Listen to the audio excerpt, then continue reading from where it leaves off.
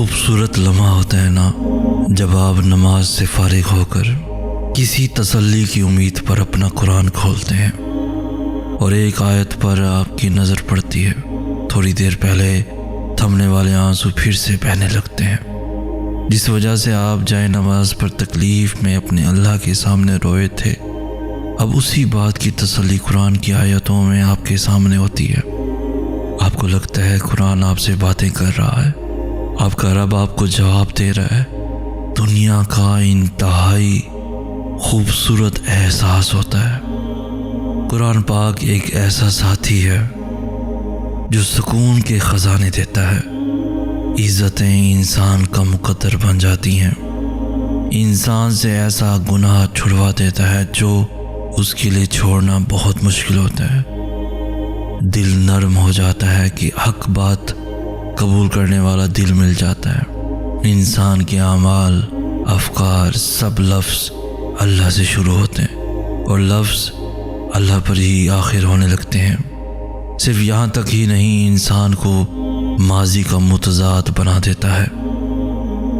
جب ہم تنہا ہوتے ہیں نا، تب ہمارے پاس دو راستے ہوتے ہیں، ایک نفس کی بات مان لیں یا پھر اللہ کی۔ تنہائی میں ہم گناہ بھی کر سکتے ہیں یا عبادت بھی، ہم تھوڑی دیر کی لذت بھی پا سکتے ہیں یا ذکر اللہ سے سکون بھی، ہم کسی گناہ کے لیے بھی رو سکتے یا پھر اللہ کی یاد میں بھی آنسو بہا سکتے ہیں۔ ہمیں لگتا ہے کہ ہم اکیلے ہیں، مگر وہ ذات تو دیکھ رہی ہے نا۔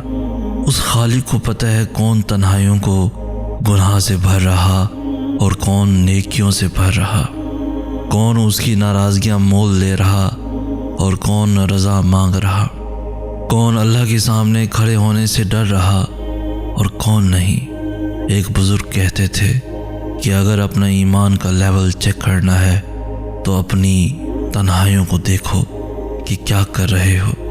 تنہائی پاک کر لو تو اللہ کی محبت اور رضا پالو گے۔ دنیا کا نہ ملنا، محبتوں کا کھو جانا، لوگوں کا بدل جانا، یہ سب اب میرے لیے معنی نہیں رکھتا، کیونکہ مجھے اللہ تعالیٰ نے اپنی محبت سے نواز دیا ہے۔ زندگی گر کر اٹھنے کا نام ہے، زندگی اللہ پہ یقین کا نام ہے، زندگی معجزوں کا نام ہے، زندگی جسم و جاں کی موت سے پہلے کی سانس کا نام ہے، زندگی مسکرانے کا نام ہے، زندگی معاف کر دینے کا نام ہے، زندگی مرنے تک جیے جانے کا نام ہے۔ تنہائی کے بعد پھر یقین سے ملاقات ہوتی ہے۔ جب تنہائی روح کا حصہ بن جاتی ہے تب اللہ روح کو یقین سے منور کر دیتا ہے۔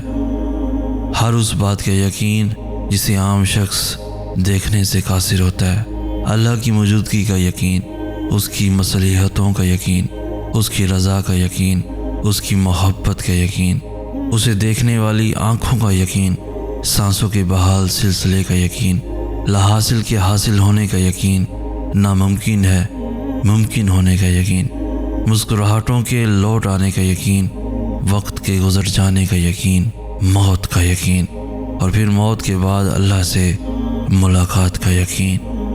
انسانی فطرت ایسی ہوتی ہے کہ جو اس دل کو تکلیف پہنچاتا ہے اور توڑ دیتا ہے، یہ پھر بھی اسی کی طرف بھاگتا ہے، اس امید کے ساتھ کہ اس دل کو وہی سے سکون ملے گا۔ حالانکہ وہ چیز یا وہ شخص کبھی بھی آپ کے لیے سکون کا باعث نہیں بن سکتا، جس کی وجہ سے آپ کی روح بے سکون ہو۔ محبت سکون کا دوسرا نام ہے۔ جس محبت میں سکون نہیں ہوتا اس میں اللہ کی کبھی رضا نہیں ہوتی۔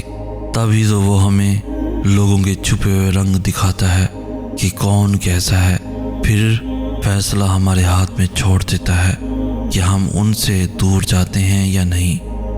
اللہ پاک ہمیشہ انسان کے سامنے دو راستے رکھتا ہے، ایک وہ جس میں اس کی بہتری ہوتی ہے اور دوسرا وہ جو تکلیف کا باعث ہوتا ہے۔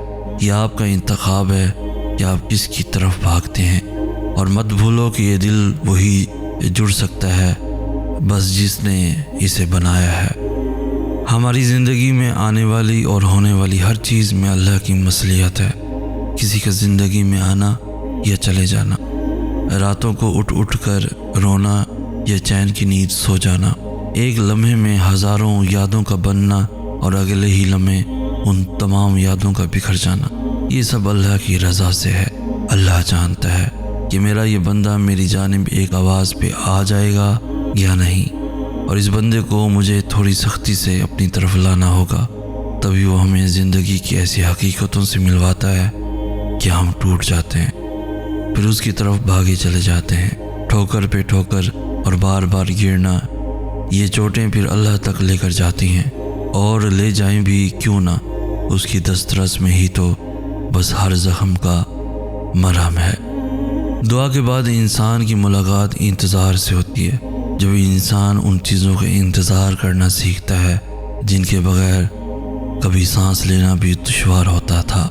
انسان کی انتظار کی کیفیات بڑی ظالم ہوتی ہیں، ذرا سی دستک ہوتی ہے اور انسان جلدی سے دروازے کی جانب بھاگتا ہے کہ کہیں اس دعا نے دستک تو نہیں دی کہ جس کو مانگتے ہوئے مجھے کتنے برس گزر گئے۔ کبھی کھڑکی سے باہر جھانکتا ہے تو کبھی رات بھر آسمان کو نم انتظار سے بھری نگاہوں سے تکتا رہتا ہے، پھر کبھی انتظار آنکھوں کے ذریعے سے بہنے لگتا ہے اور کبھی سسکیوں میں سنائی دینے لگتا ہے، مگر انسان اف تک نہیں کرتا۔ کبھی کبھی دل یوں ہی بس بھر سا جاتا ہے، نہ کوئی حادثہ، مگر پھر بھی آنکھوں میں نمی اتر آتی ہے اور روح سسکیاں لینے لگتی ہے۔ تب بس دل چاہتا ہے کہ ہم ہوں اور اللہ ہو، اور بس ڈھیروں باتیں ہوں، کوئی تیسری ذات وہاں موجود نہ ہو۔ کتنی تکلیف کے بعد ہم اس مقام تک پہنچتے ہیں، اور کتنی اذیتوں کے بعد ہم اس کی دہلیز تک پہنچتے ہیں۔ اس کی خبر ہمارے اور اللہ کے سوا کسی کو نہیں ہوتی۔ کتنی الجھنیں لے کر انسان اس کے روبرو جاتا ہے، صرف اس امید کے ساتھ کہ وہ سنبھال لے گا، معاف کر دے گا، فریاد سن لے گا۔ ہم کون ہیں، ہم کیا ہیں، یہ تو بس وہی جانتا ہے۔ دنیا پھر چاہے کسی بھی لفظ سے پرکھے، ہمیں بس پھر اس سے التجا کرنے کی دیر ہوتی ہے کہ پھر وہ مسکرا کر تھام لیتا ہے، ہمارے ہر سوال کا جواب دیتا ہے، دروازہ دکھاتا ہے، اور تب یوں محسوس ہوتا ہے جیسے وہ آہستہ آہستہ سے ساری الجھی ہوئی گرہیں کھول رہا ہے، بس سب حل ہو جاتا ہے۔